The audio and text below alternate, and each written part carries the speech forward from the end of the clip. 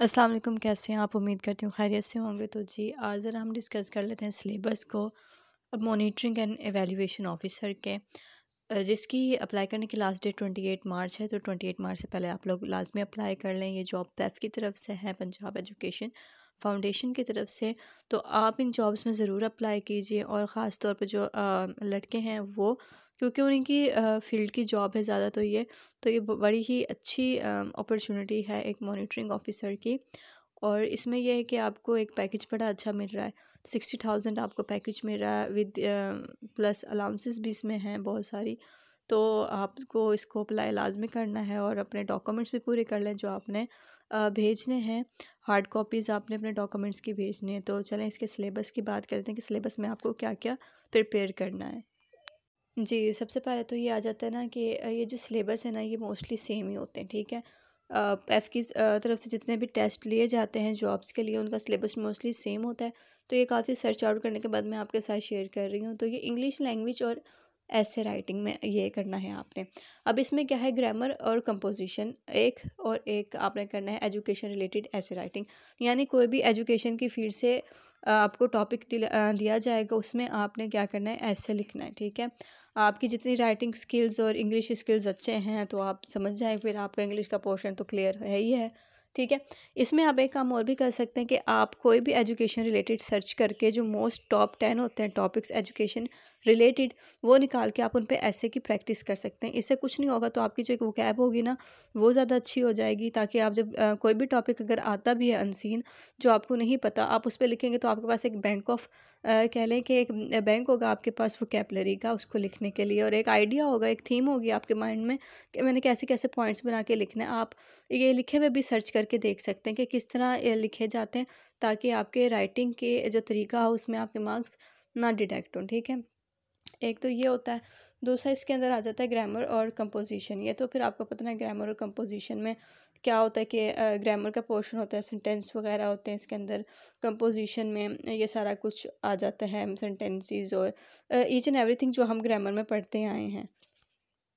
फिर इसमें आपके आ जाते हैं क्वांटिटेटिव स्किल्स, ठीक है, जिसमें अरिथमेटिक रेशो आ जाती है, अलजेब्रा आ जाता है, और एनालिटिकल स्किल्स आ जाते हैं, ठीक है। ये वाला एक पोर्शन आपका आता है जिसको आपने अटेम्प्ट करना होता है। तो ये वाला आपका जो है ना, आपको एक इन टॉपिक्स के ऊपर एक अच्छी ग्रिप होनी चाहिए, ठीक है। अरिथमेटिक रेशियो जो होती है, अलजेब्रा जो होता है, और एनालिटिकल स्किल्स जो होते हैं, ठीक है। इसके अंदर क्योंकि ज़ाहिर है आपकी एक जो जॉब है वो इस ऐसी है कि जिसमें आपने मॉनिटरिंग करनी है, आपने हर एक चीज़ का हिसाब रखना है। तो उसके लिए फिर आपका ये पोर्शन तो लाजमी होता है। ये मोस्टली हर जॉब में ये पोर्शन है, इसका टेस्ट लिया जाता है, ठीक है। तो आपने एक ये वाला प्रिपेयर करना है पोर्शन इसके अंदर।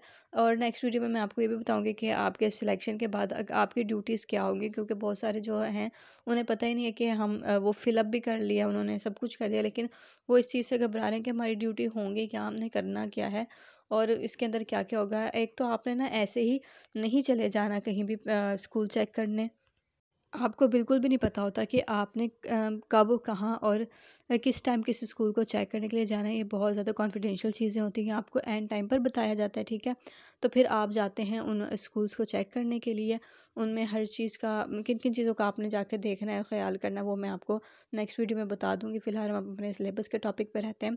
तो आपने ऐसा नहीं है कि अपनी बाइक निकालनी और कहीं भी दिल किया तहसील डिस्ट्रिक्ट के किसी भी स्कूल में जाके चले गए, जी चले चले मैं चेकिंग करने आया हूँ, ऐसा कुछ भी नहीं करना आपने, ठीक है। आपको प्रॉपर बताया जाएगा, प्रॉपर ऑर्डर्स मिलते हैं, फिर आप जाते हैं। इवन ना स्कूल्स वालों को पता होता ना चेकिंग वालों को पता होता कि उन्होंने कब किस टाइम जाना है। ये सारा गवर्नमेंट की तरफ से होता है, ठीक है, वो आपको बताया जाता है। अच्छा, एक तो ये वाला हो गया। नेक्स्ट हम देख लेते हैं, नेक्स्ट हमने कौन सा टॉपिक तैयार करने हैं इसके अंदर। जी, तो पैफ की जॉब है, तो पैफ के रूल्स ही नहीं होंगे इसके अंदर, रेगुलेशंस ही नहीं होंगी, हमने पढ़ी ही नहीं होंगी, तो फिर हम क्या करेंगे, ठीक है। तो ये सब में ज़्यादा इम्पॉर्टेंट पॉइंट है कि आपको पॉलिसीज़, फाइनेंशियल डिसिप्लिन और नेशनल एजुकेशन पॉलिसीज़ जो है ना, इनका पता हो, ठीक है। पैफ के रूल्स और रेगुलेशन का पता हो, उसके अंदर ये आ जाती हैं, पॉलिसीज़ आ जाती हैं, फाइनेंशियल डिसिप्लिन आ जाता है, नेशनल एजुकेशन पॉलिसीज़ आ जाती हैं। तो ज़ाहिर है जब आप एक एजुकेशन की फील्ड से रिलेटेड भी हैं, तो आप मॉनिटरिंग के लिए जा रहे हैं, तो आपके लिए हर एक पता होना चाहिए ना आपको, क्या रूल्स हैं, क्या रेगुलेशंस हैं। हम ऐसे तो जाके नहीं कहीं भी कह सकते कि आपकी जो बात है उसको वैल्यू ही नहीं नहीं दी जाएगी जब तक आपके पास बैकग्राउंड नॉलेज नहीं होगा। बात की बात तो दूर की बात है, जब तक आपका पेपर ही क्लियर नहीं होगा अगर आपको ये सारी चीज़ें नहीं पता होंगी। तो आपने इन पे ख़ास फोकस रखना है अपना, ठीक है। नेशनल एजुकेशन पॉलिसीज़ पर, पैफ के रूल्स और रेगुलेशन पर, पॉलिसी, फाइनेंशियल डिसिप्लिन पर, ठीक है। ये चीज़ें बहुत ज़्यादा इंपॉर्टेंट है, ये हर पेपर में पैफ की तरफ से जो भी कंडक्ट होता है टेस्ट, उसमें पूछी जाती हैं। जी, फिर जीके आ जाती है, करंट अफेयर्स आ जाते हैं, नेशनल एंड इंटरनेशनल अफेयर्स आ जाते हैं इसके अंदर, ठीक है।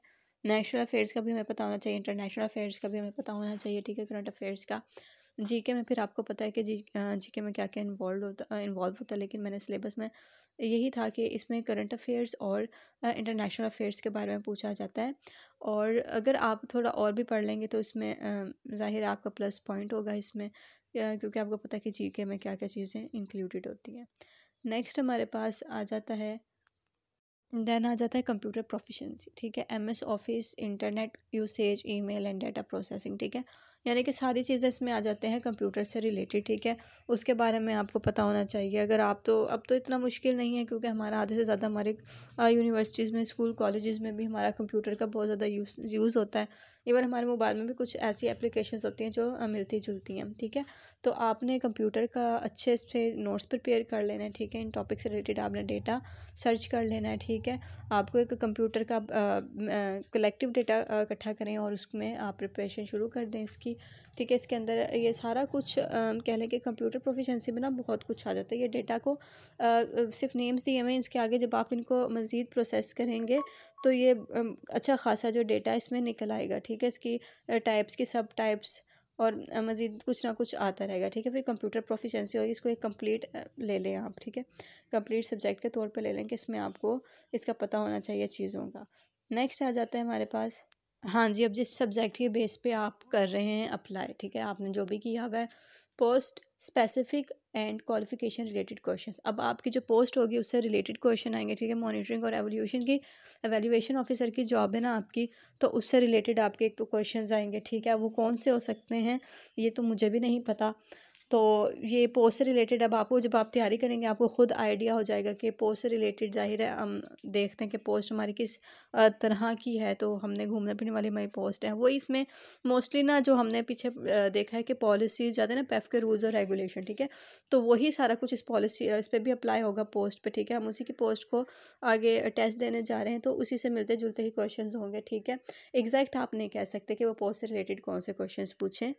फिर आ जाते हैं क्वालिफ़िकेशन रिलेटेड क्वेश्चंस। जी, अब आपकी जो क्वालिफ़िकेशन है, यानी जो भी आपका सब्जेक्ट है, उससे रिलेटेड भी आपसे क्वालिफ़िकेशन रिलेटेड क्वेश्चंस किए जाएंगे, ठीक है। एक पोर्शन आपके सब्जेक्ट से रिलेटेड भी होता है। फॉर एग्जांपल पहले से इंग्लिश का पोर्शन है और अगर आपने इंग्लिश में ही आपकी डिग्री है या किसी और सब्जेक्ट में है, तो फिर उसी से रिलेटेड आपकी एजुकेशन रिलेटेड क्वेश्चंस भी आपसे किए जाएंगे, ठीक है। एक तो पोस्ट रिलेटेड होंगे, एक होंगे क्वालिफ़िकेशन रिलेटेड क्वेश्चंस, ठीक है। आपकी क्वालिफ़िकेशन के हिसाब से भी उसमें क्वेश्चंस का एक पोर्शन होगा, जिसे आपने अगर आपने अच्छी तरह से अपना कोर्स पढ़ा है तो फिर उसमें तो आपको कोई मुश्किल नहीं होगी, लेकिन उसको भी आप एक दफ़ा गो थ्रू कर लीजिएगा जो आपने प्रिपेयर किया था आपकी डिग्री में।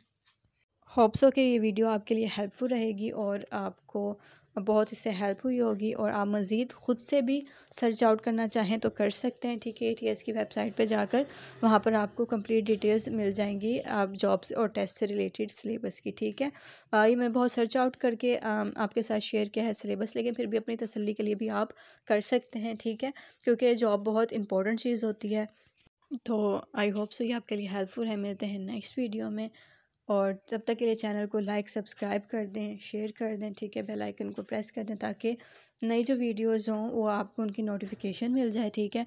और मैं नेक्स्ट वीडियो भी शेयर करूँगी कि इसमें आपकी ड्यूटीज़ क्या क्या होंगी, ठीक है, ताकि जो बहुत से बच्चे होते हैं उनकी कन्फ्यूजन होती है वो दूर हो जाए, ठीक है। अल्लाह हाफिज़।